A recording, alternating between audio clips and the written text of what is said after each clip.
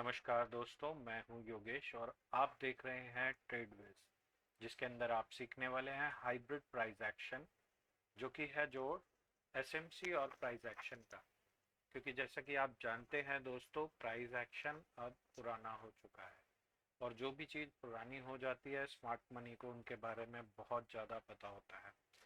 और जब इसको हम एसएमसी के साथ में मिक्स करके यूज़ करते हैं तो हमारे रिजल्ट्स काफ़ी अच्छे होते हैं। तो हमारा प्रॉफिट करने के जो चांसेस हैं, जो संभावनाएं हैं, वो और ज़्यादा बढ़ जाती हैं। तो बहुत ज़्यादा देर नहीं करते हुए हम शुरू करते हैं अपना पहला चैप्टर, जिसका नाम है अंडरस्टैंडिंग मार्केट स्ट्रक्चर।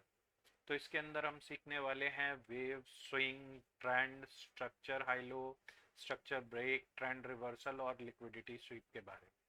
तो सबसे पहले हम जानेंगे वेव के बारे में कि वेव क्या होती है। किसी भी वेव को पहचानने का तरीका क्या होता है, तो सबसे पहले हम व्हाइट बोर्ड पर चलते हैं, इन चीज़ों को समझ लेते हैं और फिर उसके बाद हम शुरू करेंगे अपना चार्ट के ऊपर एनालिसिस। तो मैं इसको थोड़ा सा ऊपर कर देता हूँ ताकि आप इनके टॉपिक्स को देख सको, साथ ही साथ बाकी काम भी करते रहेंगे। तो ठीक है, शुरुआत करते हैं हम सबसे पहले वेव से। तो वेव क्या होती है, अगर मैं एक सिंपलेस्ट फॉर्म में बताऊं, तो अगर मार्केट को हम देखें जो कि लगभग इस तरीके से चलता है।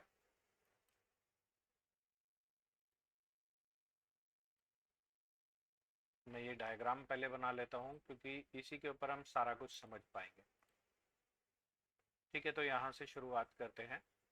तो सबसे पहले हमें जानना है कि वेव क्या होती है। तो वेव जानने के लिए हमें सबसे पहले समझना होगा कि किस तरह से मार्केट मूव करता है, और मार्केट मूव करता है तो उसमें कौन कौन से कंटेंट होते हैं जिनको हमें जानना होगा। तो मैं ये ले लेता हूँ।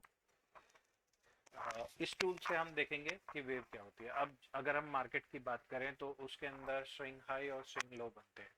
तो सबसे पहले ये आपका जो पार्ट है, इसको हम बोलेंगे स्विंग लो। मैं इसको मार्क कर देता हूँ।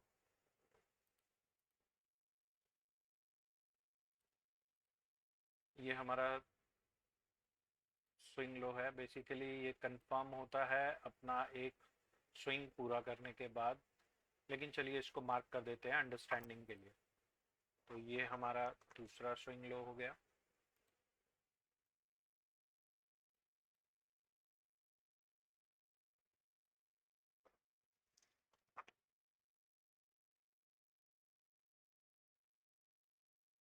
तीसरा स्विंग लो और चौथा स्विंग लो। इसको हम हायर लो भी बोल सकते हैं।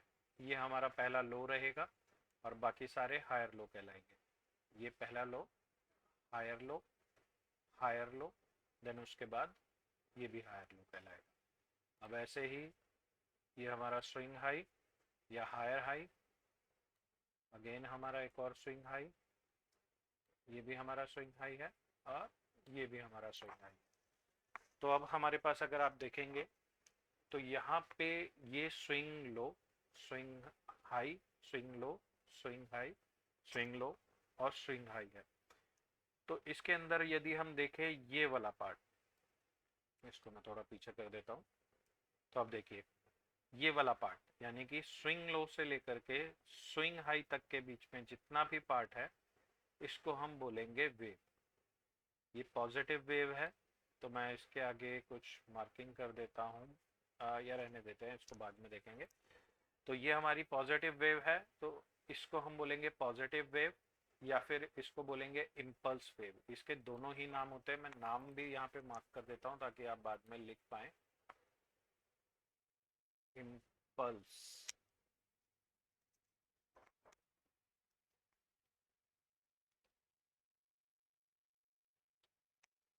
ये थोड़ा बड़ा हो गया, इसे छोटा कर लेते हैं। ये ठीक है। तो ये हमारी हो गई इम्पल्स वेव।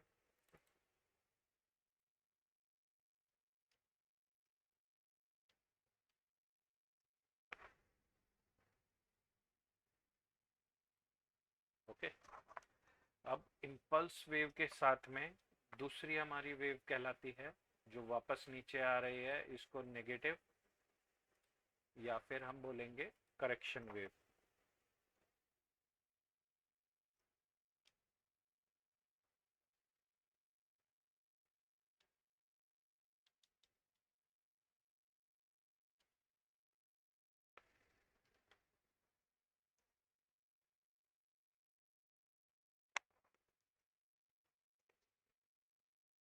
ये हमारी हो गई करेक्शन वेव, ये हमारी इम्पल्स वेव, करेक्शन वेव।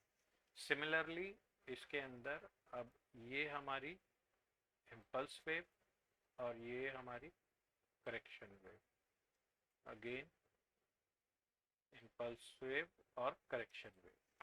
अब हमें ये तो पता लग गया कि ये हमारी इम्पल्स वेव है, करेक्शन वेव है, या फिर हमें ये भी पता लग गया है कि इनमें से वेव किसे कहेंगे।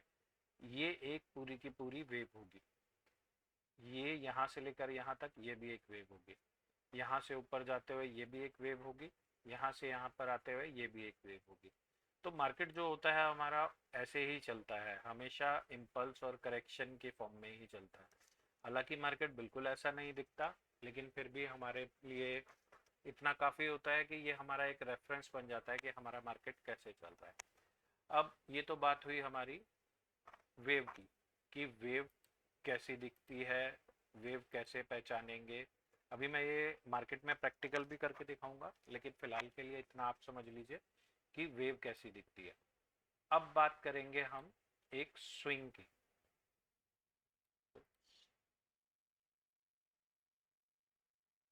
इसको मैंने पिक कर लिया है।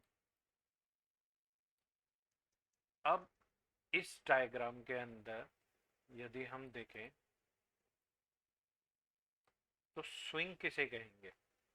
स्विंग क्या होती है, जब हम एक वेव, एक इम्पल्स प्लस एक करेक्शन, अगर हम बात करें एक नेगेटिव वेव की, जैसे ये है, इसी का अगर मैं इन्वर्स एक बनाता हूं कुछ इस तरीके से,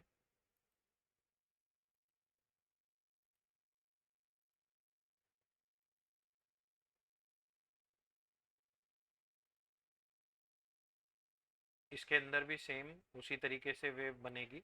बस अब क्या होगा, हमारी नेगेटिव और पॉजिटिव की जो पोलैरिटी है वो बदल जाएगी। ये हमारी नेगेटिव वेव रहेगी, लेकिन इसको हम कहेंगे इम्पल्स।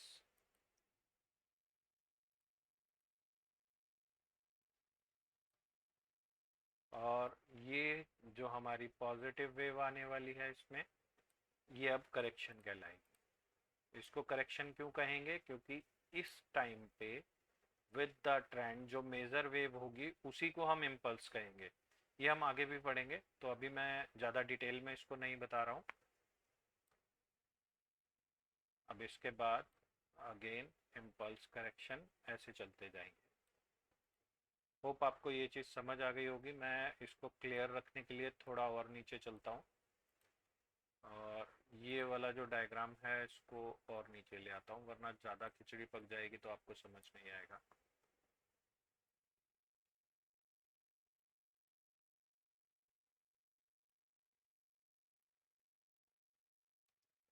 चलिए, अब ये नीचे आ गया है। अब एक बार इसको भी देख लेते हैं कि इसके अंदर अगर हम ढूंढते हैं एक स्विंग को, तो स्विंग क्या होगी।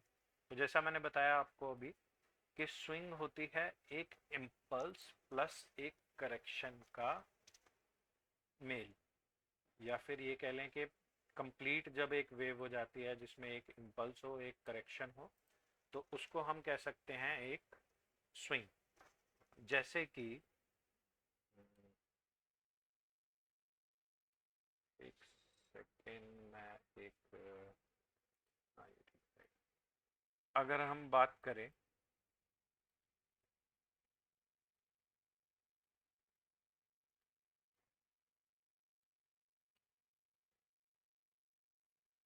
इस पोर्शन की, पर्टिकुलरली यहाँ से शुरू होकर के यहाँ तक, सिर्फ इतना पोर्शन।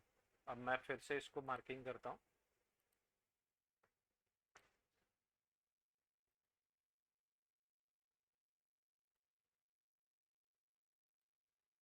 इस पॉइंट से लेकर इस पॉइंट तक का जो पोर्शन है इसको हम कहेंगे एक स्विंग। अब एक स्विंग का मतलब ये हुआ कि एक जो ट्रेंड स्टार्ट हुआ था वो वापस आया, और अपने जो पिछले वाला लोअर पॉइंट था उसके पास कोई भी अगर उसको कैंडल मिलती है उसको मिटिगेट करके ऊपर गया। तो ये भी हम आगे पढ़ेंगे, लेकिन अभी पहले हम जो फोकस रखेंगे वो रखेंगे आपका वेव, स्विंग और ट्रेंड में। तो दो स्विंग मिल करके, दो वेव दो वेव मिल करके एक स्विंग को बनाते हैं। तो अब जैसे कि आपने देखा कि अगर इसके अंदर हम बात करें तो ये स्विंग 1 हो गई, ये स्विंग 2 हो गई और ये स्विंग 3 हो गई। उसके बाद क्या हुआ, इसने ट्रेंड को चेंज किया, ये भी हम समझेंगे। तो अब हमने दो चीजें समझ ली है, पहला वेव और दूसरा स्विंग। तो पहला आपको पता है कि वेव किसे कहते हैं।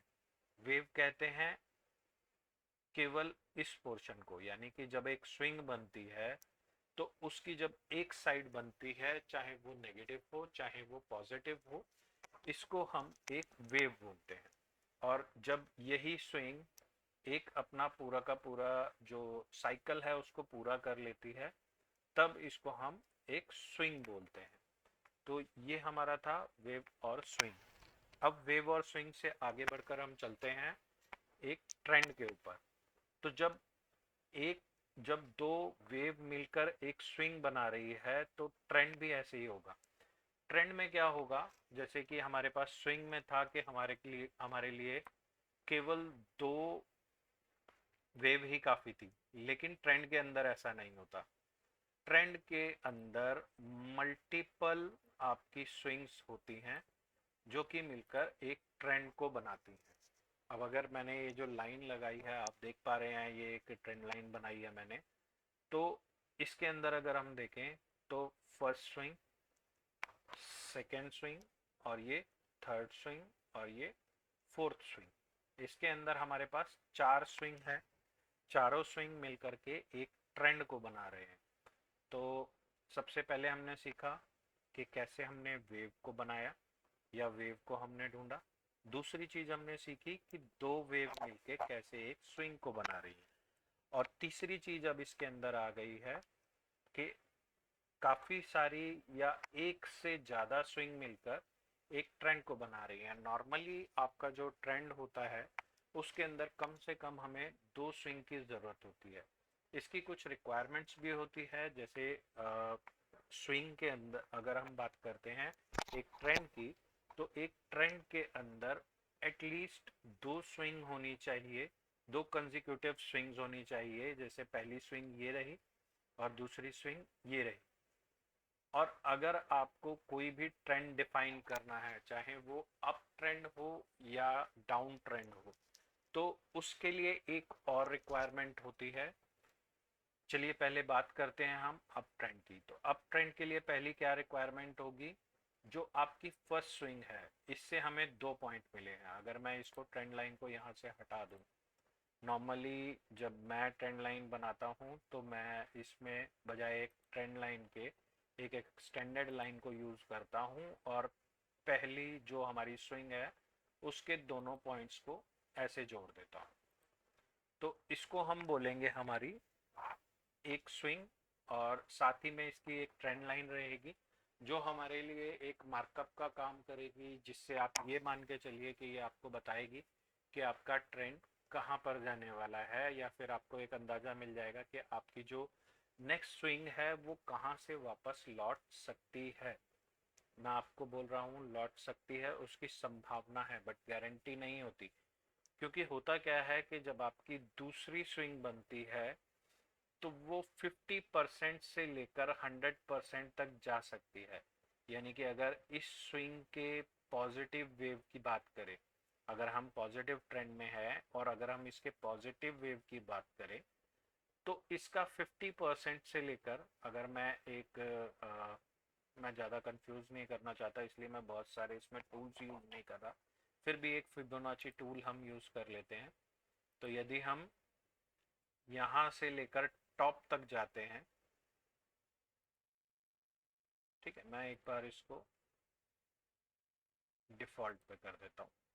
ठीक है, तो यहाँ से जब हम इसके टॉप तक जाते हैं तो हम देखेंगे कि इसने इसका 50% इसको, यानी कि लगभग यहाँ तक या यहाँ से नीचे एटलीस्ट 50% को टच करे।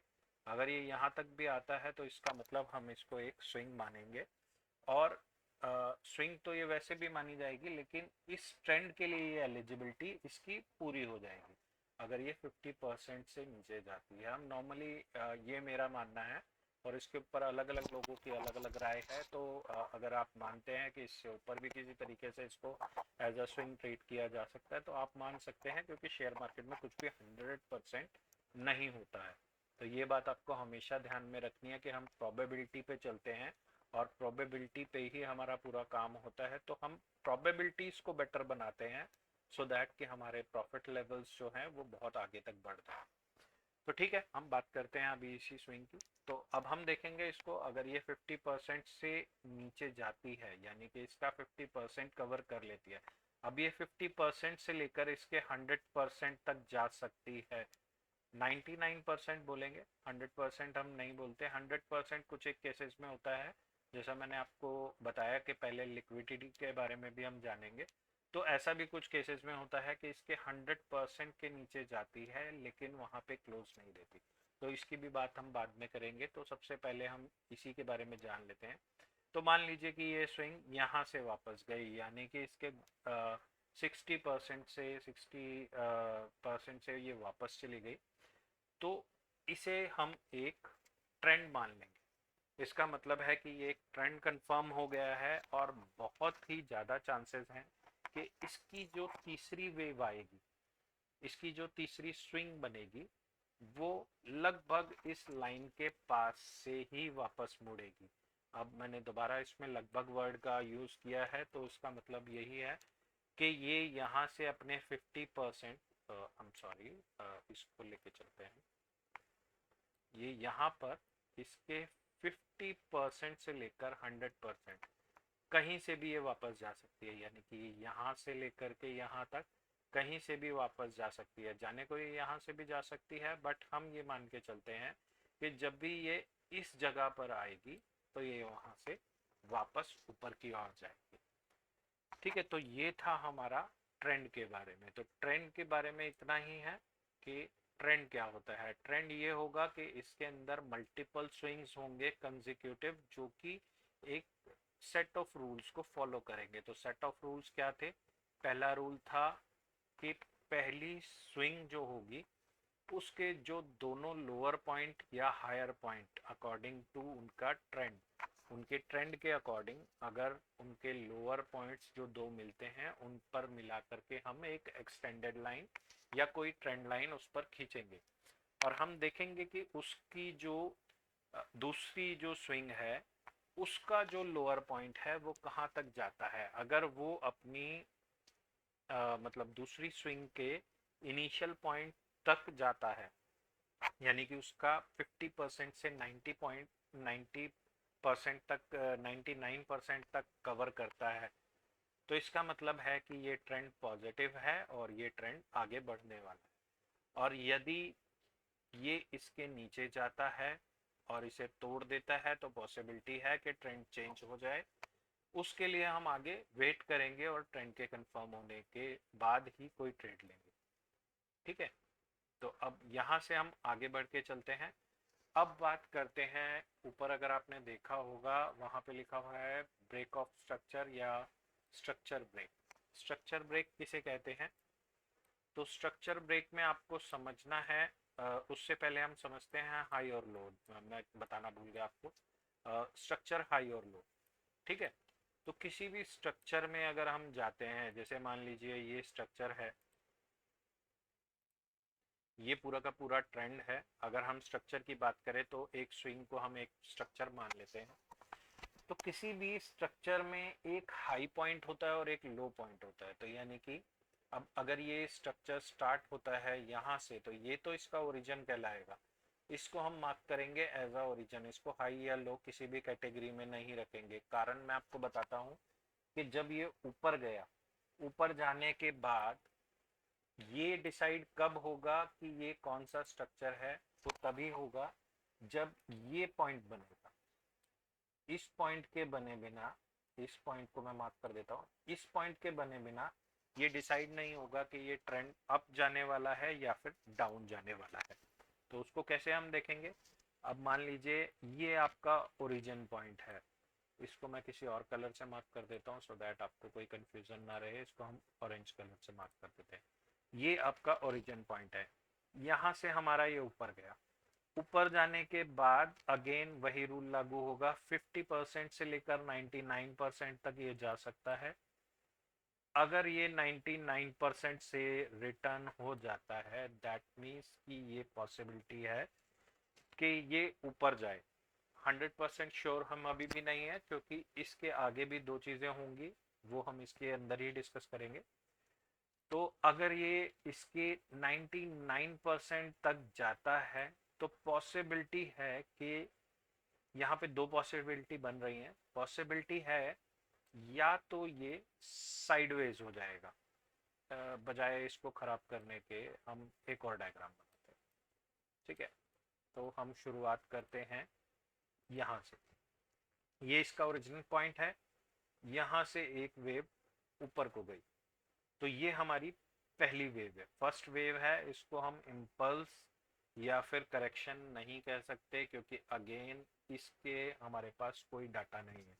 ये पहली बार चली है तो इसका कोई डाटा नहीं है। लेकिन अब उसके बाद उसकी दूसरी वेव अगर इसके यहाँ 50% से लेकर के 90% तक जाती है दैट मीन्स की पॉसिबिलिटी है कि ये ट्रेंड आगे जाके या तो साइडवेज, हमने अप ट्रेंड और डाउन ट्रेंड किया था, साइडवेज भी मैं आपको बता देता हूँ। हमारे पास नॉर्मली मार्केट में तीन ट्रेंड होते हैं। पहला ट्रेंड अप ट्रेंड होता है जिसके अंदर हम ऊपर ऊपर जा रहे होते हैं। दूसरा ट्रेंड नेगेटिव ट्रेंड होता है या डाउन ट्रेंड होता है जिसके अंदर हम नीचे नीचे जा रहे होते हैं, लोअर हाई और लोअर लो बना रहे होते हैं। थर्ड ट्रेंड जो होगा हमारा वो होगा साइडवेज। साइडवेज में क्या होगा, ये पूरी की पूरी जो अगर मैं बात करूं, एक सेकेंड, ये जो पूरा का पूरा स्ट्रक्चर है ये कुछ ऐसे चलेगा। पहले ये ऊपर जाएगा और नीचे जाएगा। नीचे अब साइडवेज होने के लिए जरूरी नहीं है कि ये 90% से ही जाए, ये और नीचे जाके भी ऊपर जा सकता है और दोबारा जा करके इसको भी ब्रेक कर सकता है। तो साइडवेज जो होता है वो ट्रेडर्स के लिए एक नाइटमेयर जैसा होता है। हालांकि हम आगे साइडवेज को भी ट्रेड करना सीखेंगे। तो साइडवेज जो ट्रेंड होता है, जो अप ट्रेंड और डाउन ट्रेंड के अलावा होता है, वो इस टाइप का होता है। इसमें भी वेव्स फॉर्म होती हैं, बस फर्क सिर्फ इतना ये होता है कि ये डायगोनल की बजाय हॉरिजॉन्टल बनता है। ठीक है, तो ये हो गया आपका साइडवेज ट्रेंड। इसके अंदर भी हम ट्रेड कर सकते हैं बट इसके जो रूल्स होते हैं वो डिफरेंट होते हैं। आपके ट्रेंडी मार्केट के जो रूल्स होते हैं वो डिफरेंट होते हैं, तो हमें ये याद रखना है। अब दोबारा हम अपने टॉपिक पर वापस आ जाते हैं कि अगर ये साइडवेज है तो क्या होगा, मैंने आपको बता ही दिया है। अब हम बात करते हैं अगर ये पॉजिटिव है तो क्या होगा। अगर ये पॉजिटिव है तो ये ऊपर जाएगा, 50 to 90% का रिट्रेसमेंट लेगा और उसके बाद वापस आएगा और यहाँ ऊपर यानी कि इसके हाई को ब्रेक करेगा।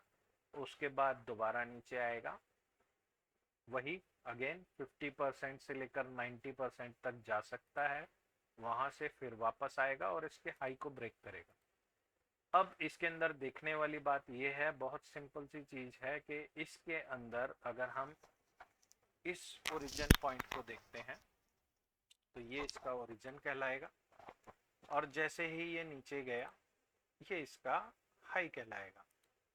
अगेन जब ये नीचे आया ये इसका हायर लो। इसको हम अगेन ग्रीन कर देते हैं, तो ये ग्रीन मैचिंग, तो ये हमारा हायर लो कहलाएगा। हायर लो या फिर इसको ये भी बोल सकते हैं दूसरी स्विंग जो स्टार्टिंग पॉइंट है, तो नेक्स्ट इम्पल्स भी कह सकते हैं इसको। फिर उसके बाद अगेन अब हमारे पास दो पॉइंट आ गए हर एक वेव से, या मैं ये कहूँ कि स्विंग से। हर एक स्विंग हमको दो पॉइंट्स बना करके देगी। इसमें मैं यूज करता हूँ ट्रेंड लाइन को, इसको हम स्ट्रेट ले लेते हैं। एक ये पॉइंट हो गया,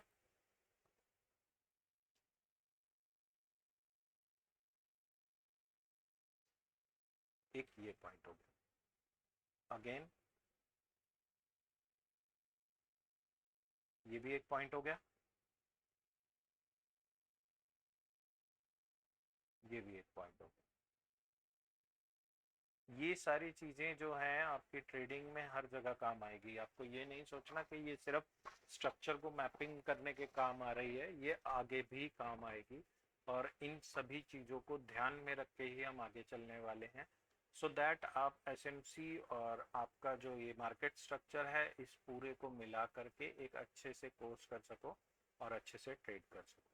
तो अब ये हमारे पास आ गया हाई। मैं हाई को एच से मार्क कर देता हूँ क्योंकि काफ़ी ज़्यादा टाइम हो जाएगा नहीं तो। मैंने एच से मार्क कर दिया हाई को, और लो को हम मार्क कर देते हैं एल से। तो लगातार जितने भी हमारे हाई लो हैं हम उनको मार्क कर लेंगे, या ज़रूरी इतना नहीं है अभी हमारे को मार्क करना, तो हम इनको ज़्यादा नहीं इसमें पड़ेंगे। ठीक है, तो ये था हमारा हाई लो। यानी कि अगर हम पहली स्विंग की बात करें तो पहली स्विंग का लोएस्ट पॉइंट ये है और हाईएस्ट पॉइंट ये है। तो बेसिक चीज़ यही है कि हमें सिर्फ इनके हाईएस्ट और लोएस्ट पॉइंट को मार्क करना है, जिसको हम स्विंग हाई और स्विंग लो कहेंगे। अब बात करते हैं ब्रेक ऑफ स्ट्रक्चर की। ब्रेक ऑफ स्ट्रक्चर क्या होता है? जब भी किसी भी एक स्विंग का हाई ब्रेक होता है, यानी कि अगर हम मार्केट में बात करें, ये मार्केट के अंदर हमारा एक ओरिजिन पॉइंट है, यहाँ से हम ऊपर गए और उसके बाद नीचे आए, और जब यहाँ से हम वापस ऊपर गए और इसका हाईएस्ट पॉइंट को हमने ब्रेक किया, तो इसको हम बोलते हैं स्ट्रक्चर ब्रेक या फिर ब्रेक ऑफ स्ट्रक्चर। तो मैं यहाँ पे मार्क कर देता हूँ।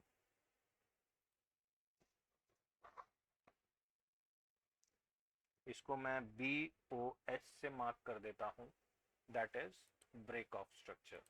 ठीक है, तो जब भी आपका हाई ब्रेक होगा तो इसको हम कहेंगे ब्रेक ऑफ स्ट्रक्चर। तो ये हमारा एक ब्रेक ऑफ स्ट्रक्चर हो गया, एक और हमारा ब्रेक ऑफ स्ट्रक्चर हो गया। ये दोनों हमारे ब्रेक ऑफ स्ट्रक्चर हो गए। तो हमें दो चीजें समझ आई यहाँ पर, स्ट्रक्चर का हाई क्या होता है, स्ट्रक्चर का लो क्या होता है, और उसके बाद हमने सीखा ब्रेक ऑफ स्ट्रक्चर क्या होता है। अब इसका नेक्स्ट टॉपिक आपका आता है चेंज ऑफ कैरेक्टर या चेंज ऑफ पोलैरिटी या फिर स्ट्रक्चर का रिवर्सल। तो ये क्या होगा मैं आपको समझा देता हूँ अभी। ये मैं आपको जो समझा रहा हूँ ये एक नॉर्मल स्विंग पे समझा रहा हूँ। कल जब हम पढ़ेंगे फ्रैक्टल मार्केट के बारे में तो हमें और ज़्यादा डेप्थ में जाना होगा। जब हम इस चीज़ को पूरे ध्यान से पढ़ना शुरू करेंगे तो हमें बहुत सारे इसके एस्पेक्ट्स नज़र आएंगे, जिससे आप बहुत छोटे टाइम फ्रेम में जाकर के भी ट्रेड ले पाओगे। तो चलिए अभी हम देखते हैं इसको। तो ये हमारा था ब्रेक ऑफ स्ट्रक्चर। अब होता क्या है कि मार्केट जब ऊपर जा रहा है ऊपर जा रहा है ऊपर जा रहा है, तो एक ऐसा पॉइंट आएगा जहां से मार्केट रिवर्स होगा।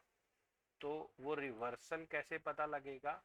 हमारा मार्केट नीचे आएगा, फर्स्ट लोएस्ट पॉइंट को ब्रेक करेगा। जैसे ही ये ब्रेक होता है तो हम समझ जाएंगे कि ये हमारा क्या हो गया, चेंज ऑफ कैरेक्टर, या फिर इसको हम स्ट्रक्चर ब्रेक भी बोलते हैं।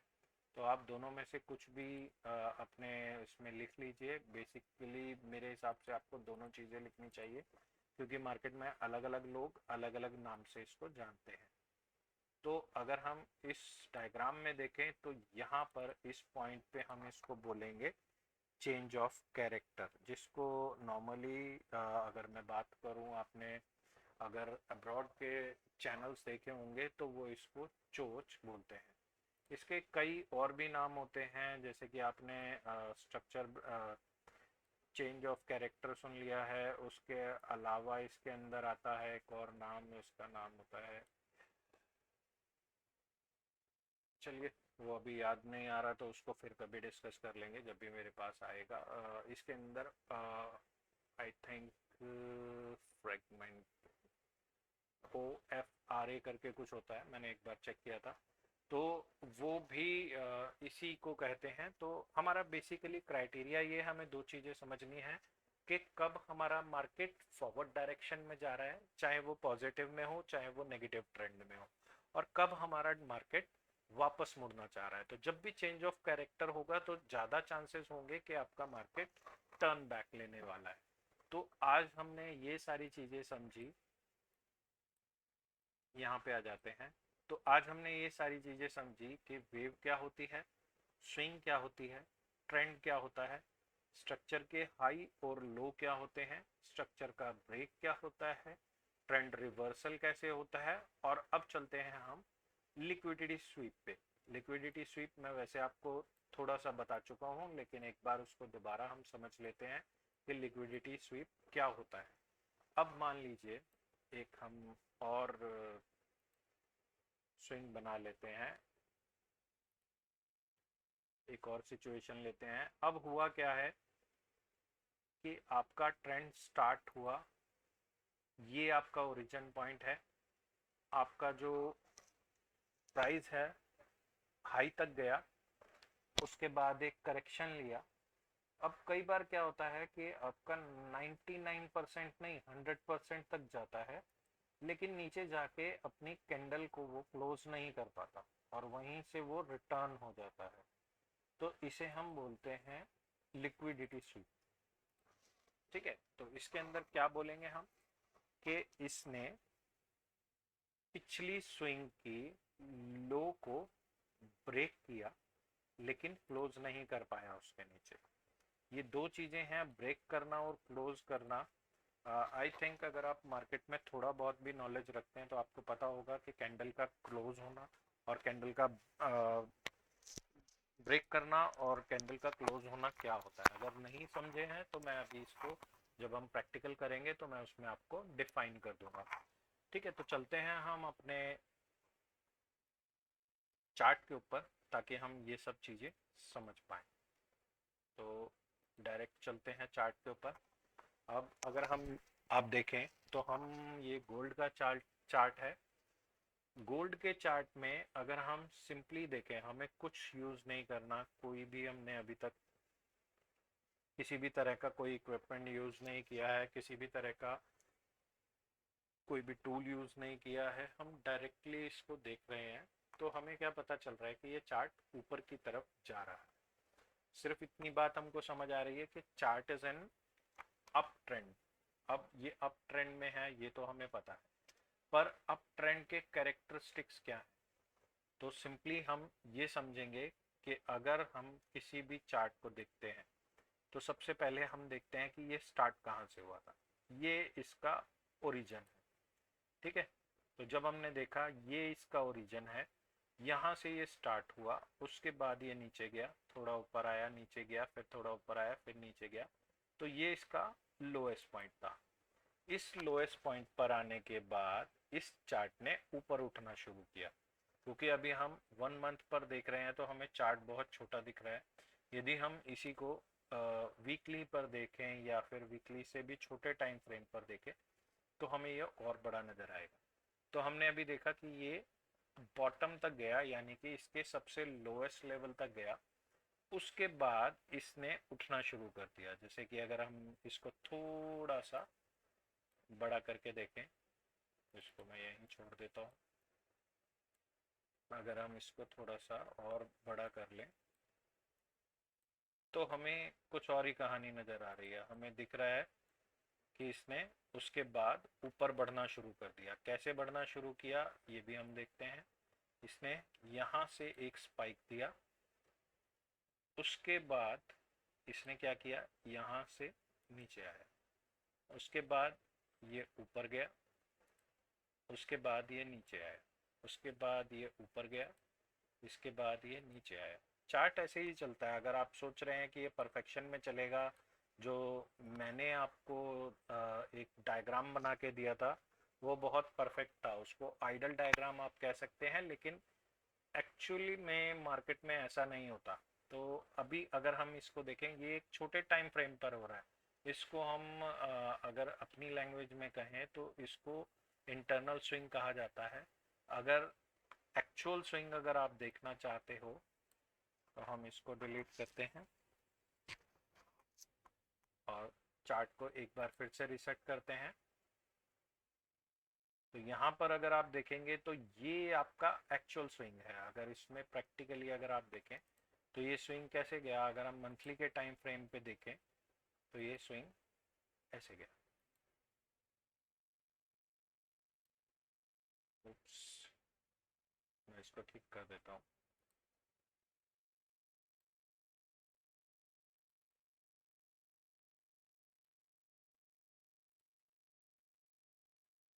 यहाँ से नीचे गया, यहाँ से ऊपर आया, यहाँ से नीचे गया, फिर ऊपर आया। हालांकि इसने इसके ऊपर क्लोज नहीं दिया है, जो मैं आपको बता रहा था कि इसने लिक्विडिटी ली, वो ये पार्ट होता है, वो भी अभी डिस्कस करेंगे। पहले हम समझ लेते हैं कि वेव कौन सी होगी और स्विंग कौन सी होगी। अब इसके अंदर यदि हम यहाँ पर देखें, ये पूरा का पूरा जो पार्ट है, अगर हम मंथली के टाइम फ्रेम के हिसाब से देखें तो ये एक वेव कहलाएगा। ये इसकी एक पॉजिटिव वेव थी या फिर इम्पल्स वेव थी, और ये वाली जो वेव है ये इसकी करेक्शन वेव। तो ये इसकी पॉजिटिव वेव हुई और ये इसकी करेक्शन वेव हुई। उसके बाद अभी दोबारा ये इम्पल्स में है। तो अगर हम इस चार्ट के अकॉर्डिंग इसके बारे में, गोल्ड के बारे में एक ओवरव्यू दें, तो हम यही देंगे कि एक महीने के चार्ट के ऊपर अगर हम बात करें एक महीने के चार्ट की, तो इसमें अगर आप देख पा रहे हैं ये छोटी छोटी जो कैंडल्स बनी हुई है, हर एक कैंडल एक महीने को रिप्रेजेंट करती है। और अगर हम टाइमिंग देखें तो ये जो चार्ट है वो 1997 या फिर यस जुलाई 97 से लेकर के यहाँ पे जुलाई 24 का है। लगभग लगभग ये 27 साल का चार्ट है। तो ये हमारा एक एक महीना एक एक कैंडल रिप्रेजेंट कर रही है। और अगर हम मंथली के हिसाब से देखें तो इसके अंदर क्या हो रहा है, ये पॉजिटिव ट्रेंड में है। हमें कैसे पता लगा, हमने देखा कि सबसे पहले इसके अंदर जो आपकी वेव थी, इम्पल्स वेव थी, वो बनी और उसके बाद उसने एक छोटा सा करेक्शन लिया अबाउट 50%। देन उसके बाद ये टॉप की ओर दोबारा चली गई और इसने पिछली वाली जो वेव थी या फिर पिछली वाली जो स्विंग थी उसके हाई को ब्रेक कर दिया। ये उसका हाई था, ठीक है। तो इसको हम क्या कहेंगे, इसका ब्रेक ऑफ स्ट्रक्चर। इसमें आपको तीन चीजें पता लग गई, जिसमें से पहला है आपका वेव क्या होती है आपकी, दूसरी चीज आपका ये पूरे का पूरा एक स्विंग था जो आपका मंथली का, ये पता लग गया आपको। और तीसरा क्या था आपका कि इसके अंदर इसका हाई और लो क्या था। ये इसका हाई था, ये इसका लो था। अगेन ये इसका लो है, जो नेक्स्ट स्विंग आने वाली है, अपकमिंग स्विंग है, ये उसका लो कहना है, ठीक है। तो ये हमें पता लग गया कि इसका लो कहाँ पे है। अब और आगे बात करते हैं। हमें पता लग गया वेव क्या होती है, स्विंग क्या होती है।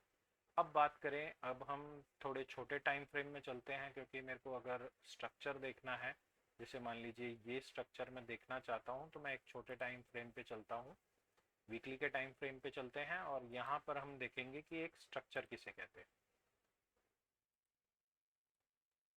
तो स्ट्रक्चर जानने के लिए इसको हम कर देते हैं पीछे। अब देखिए, यहां से अगर हम शुरुआत करते हैं इस पर्टिकुलर पॉइंट से, तो यहां से लेकर यहां तक एक वेव, अगेन जब ये नीचे आती है तो ये इसकी करेक्शन वेव हो गई, फिर इम्पल्स वेव हो गई, फिर करेक्शन वेव हो गई, ये इम्पल्स वेव हो गई, ये इसका करेक्शन हो गया, ये अगेन एक इम्पल्स हो गई, ये करेक्शन और ये इम्पल्स, और ये इसका करेक्शन है पूरा का पूरा यहाँ तक। फिर उसके बाद इम्पल्स और ये करेक्शन। अब अगर हम इसको जूम आउट करते हैं, जूम इन करते हैं, तो हमने क्या देखा कि यहाँ से ये ऊपर गया, नीचे आया, ऊपर गया, नीचे आया। तो पहला उसका स्विंग जो था, स्विंग हाई स्विंग लो, फिर दूसरा swing, swing high swing low, फिर तीसरा स्विंग ये हो गया, चौथा स्विंग ये हो गया। ये स्विंग नहीं है, ये अगर हम इसको ऐसे कर दें, ये स्विंग माना नहीं जाएगा क्योंकि मेजर रिक्वायरमेंट्स इसने पूरी नहीं किया। ठीक है, तो अब आप देखेंगे ये स्विंग बना, पहला स्विंग, दूसरा स्विंग, तीसरा स्विंग और ये चौथा स्विंग। तो ये 4 स्विंग इसके अंदर मिलकर बने एक स्ट्रक्चर। यहां से लेकर यहां तक ये पूरा का पूरा एक ट्रेंड बन गया आपका। तो ये कौन सा ट्रेंड कहलाएगा? अब अगर इसके अंदर देखें हम, जो पहला स्विंग था और दूसरा स्विंग उस पहले स्विंग के ऊपर बना, यानी कि उसका जो स्ट्रक्चर ब्रेक हुआ वो पॉजिटिव साइड में हुआ, तो इसको हम कहेंगे पॉजिटिव स्ट्रक्चर या फिर अप ट्रेंड। ठीक है, और अब आगे देखते हैं इसके अंदर। हमने इसके अंदर देखा था कि हमारा यहाँ पर बॉस भी हो रहा है, जिसको हम बोलते हैं ब्रेक ऑफ स्ट्रक्चर। तो यहाँ पर आप देखेंगे कि यहाँ पे ब्रेक ऑफ स्ट्रक्चर भी हो रहे हैं, क्योंकि काफ़ी, अगर इसके अंदर एक से ज़्यादा स्विंग है तो एक से ज़्यादा ब्रेक ऑफ स्ट्रक्चर होंगे। तो हर स्विंग के ऊपर वाले पार्ट पर यहाँ पर ये ब्रेक ऑफ स्ट्रक्चर होगा। अभी जब हम आगे बढ़ेंगे तो मैं इसमें ब्रेक ऑफ स्ट्रक्चर क्यों होता है और उसके क्या सिग्निफिकेंस है ये भी आपको बताऊंगा, और हाई और लो किस काम आता है ये भी आपको बताऊंगा। बेसिकली हाई और लो, अगर मैं इसको एक लेमैन लैंग्वेज में कहूँ तो हाई और लो हमें ये बताने के लिए होता है कि कौन सा स्ट्रक्चर कहाँ तक है, कहाँ तक वैलिड है। यानी कि अगर मैं ट्रेड लेता हूँ तो मैं मैक्सिमम कहाँ तक ले पाऊंगा। अभी अगर इसके अंदर भी बात करें तो इसने भी हाई नहीं तोड़ा, हाई नहीं तोड़ा गया, इसका मतलब है ये हमारा जो स्ट्रक्चर था यहाँ पर साइडवेज हो गया। इसने हाई भी नहीं तोड़ा और इसने लो भी नहीं तोड़ा। अब इसके अंदर ये चीज़ हम बाद में पढ़ेंगे कि जब कोई स्ट्रक्चर हाई नहीं तोड़ता और लो नहीं तोड़ता तो उसको कैसे ट्रीट करेंगे। तो इसने हाई तोड़ा यहाँ पर जाकर। ठीक है, तो आपने देखा कि ये स्ट्रक्चर ऊपर जा रहा था, इसने बीच में थोड़े टाइम के लिए साइडवेज हुआ और उसके बाद इसने क्या किया कि दोबारा से हाई तोड़ दिया और उसी स्ट्रक्चर को आगे कंटिन्यू कर लिया। तो ये था हमारा स्ट्रक्चर। अब इसके अंदर मैंने एक एग्जांपल देखा था जिसके अंदर लिक्विडिटी स्वीप भी हुआ है। अगर हम यहाँ पर ध्यान से देखें, मैं इस सारे को डिलीट कर रहा हूँ सो दैट कि आप समझ पाएँ। वैसे आप ये वीडियो बार बार देख सकते हैं इजीली, तो मैं इस सारे को ही डिलीट कर देता हूँ सो दैट अब आप देख पाएंगे कि ये अगर बात करें, यहाँ से यहाँ तक एक स्ट्रक्चर था, यहाँ से यहाँ तक एक स्ट्रक्चर था, ये लो था और ये पॉइंट नहीं तोड़ा इसने। हमने शायद मंथली में देखा था वो, जो वो स्ट्रक्चर को स्वीप किया गया था। स्वीपिंग एक नॉर्मल प्रोसेस है। अगर हम बात करते हैं किसी भी मार्केट के अंदर, लिक्विडिटी स्वीप होना कोई बहुत बड़ी बात नहीं होती, क्योंकि मार्केट के अंदर लिक्विडिटी स्वीप इसलिए की जाती है ताकि जो हमारे जैसे छोटे प्लेयर हैं वो मार्केट से बाहर हो जाए। अब हम यहाँ पर देखेंगे, ये इसका हाई था और यहाँ पर इसने क्या किया कि इसका हाई ब्रेक किया। इसको बोलते हैं breaking the high but not close above that. इसने इसके ऊपर क्लोज नहीं किया। अगर आपने मेरा कैंडल वाला जो लाइव स्ट्रीम था वो नहीं देखा था तो पॉसिबली हम उसको दोबारा करेंगे सो दैट आप कैंडल स्टिक्स के सीक्रेट भी जान सके। तो मैं जब भी करूँगा उसकी पोस्ट डाल दूंगा सो दैट आप लोग भी देख सकें। तो इसीलिए आप लोग इसको सब्सक्राइब कर लो, और इवन ताकि आप इसको लाइफ में कभी भी इसको चेक कर सको। कोई भी मेरा नया वीडियो आता है तो आप उस पर आप उसको देख सको, उससे सीख सको। क्योंकि मैं अब रेगुलरली बाय वीकली कोशिश करूँगा कि मैं आपके लिए वीडियो बना सकूँ जिससे कि आप बहुत अच्छे से सीख पाए। ठीक है, तो अब ये जो रहा हमारा, ये है लिक्विडिटी स्वीप। इसको हम आगे डिटेल में पढ़ेंगे क्योंकि एक बड़ा टॉपिक है, ये छोटा टॉपिक नहीं है। लिक्विडिटी स्वीप जो होती है, लिक्विडिटी हंट जो होता है, वो मार्केट का एक बहुत जरूरी एस्पेक्ट होता है। जैसे यहाँ पर भी किया गया है लेकिन ये और हायर टाइम फ्रेम में है। अगर मैं इस चीज़ को आपको ऐसे करके दिखाऊं, यहाँ पर एक लिक्विडिटी स्वीप हुआ है, लेकिन वो बड़े टाइम फ्रेम पे हुआ है। अगर हम बात करते हैं 3 मंथ की, तो यहाँ पर ये लिक्विडिटी स्वीप हुआ है। ठीक है, तो ये हर टाइम फ्रेम पे होता है और हर किसी के साथ भी होता है। अब यहाँ पर भी अगर आप देखेंगे 3 मंथ के चार्ट पर लिक्विडिटी स्वीप हुआ है। तो लिक्विडिटी स्वीप होता इसलिए है ताकि बड़े जो प्लेयर्स हैं वो एंट्री कर सकें, तो वो आपकी लिक्विडिटी को स्वीप करते हैं, आपको वाइप आउट करते हैं, सो दैट कि वो एक बेटर ट्रेड ले सकें और वो ज़्यादा क्वांटिटी उठा सकें। तो इसीलिए आपका जो एसएल है वो हंट किया जाता है। तो उससे कैसे बचना है, कुछ हद तक हम उससे बच भी सकते हैं, तो वो हम पढ़ेंगे अपने अगले कुछ चैप्टर्स में। तो अभी के लिए इतना ही। ये हमारा पहला चैप्टर था जिसके अंदर हमने ये 6 चीज़ें सीखी हैं, 7 चीज़ें एक्चुअली, ये 7 चीज़ें सीखी हैं। और आप चाहें तो इस वीडियो को बार बार देखकर इस पर प्रैक्टिस कर लेना। प्रैक्टिस के लिए मैं कहूँगा कि आपको प्रैक्टिस जो है यहाँ पे ज़्यादा करनी होगी। आप मेरी वीडियो को बार बार देख सकते हैं, जो भी फ्रैगमेंट आपको समझ नहीं आता है आप मेरे को एक कमेंट कर सकते हैं। उस कमेंट पे मैं कोशिश करूँगा कि आपको एज सुन एज पॉसिबल उस पर रिप्लाई करूँ, और उन कमेंट्स के ही बिहाफ पर हम संडे को लाइव किया करेंगे, सो दैट जो भी आपके लाइव क्वेश्चन हैं उनके आंसर आपको मिल सकें। ठीक है, तो आज के लिए काफ़ी है। Thank you so much, have a nice day, signing off.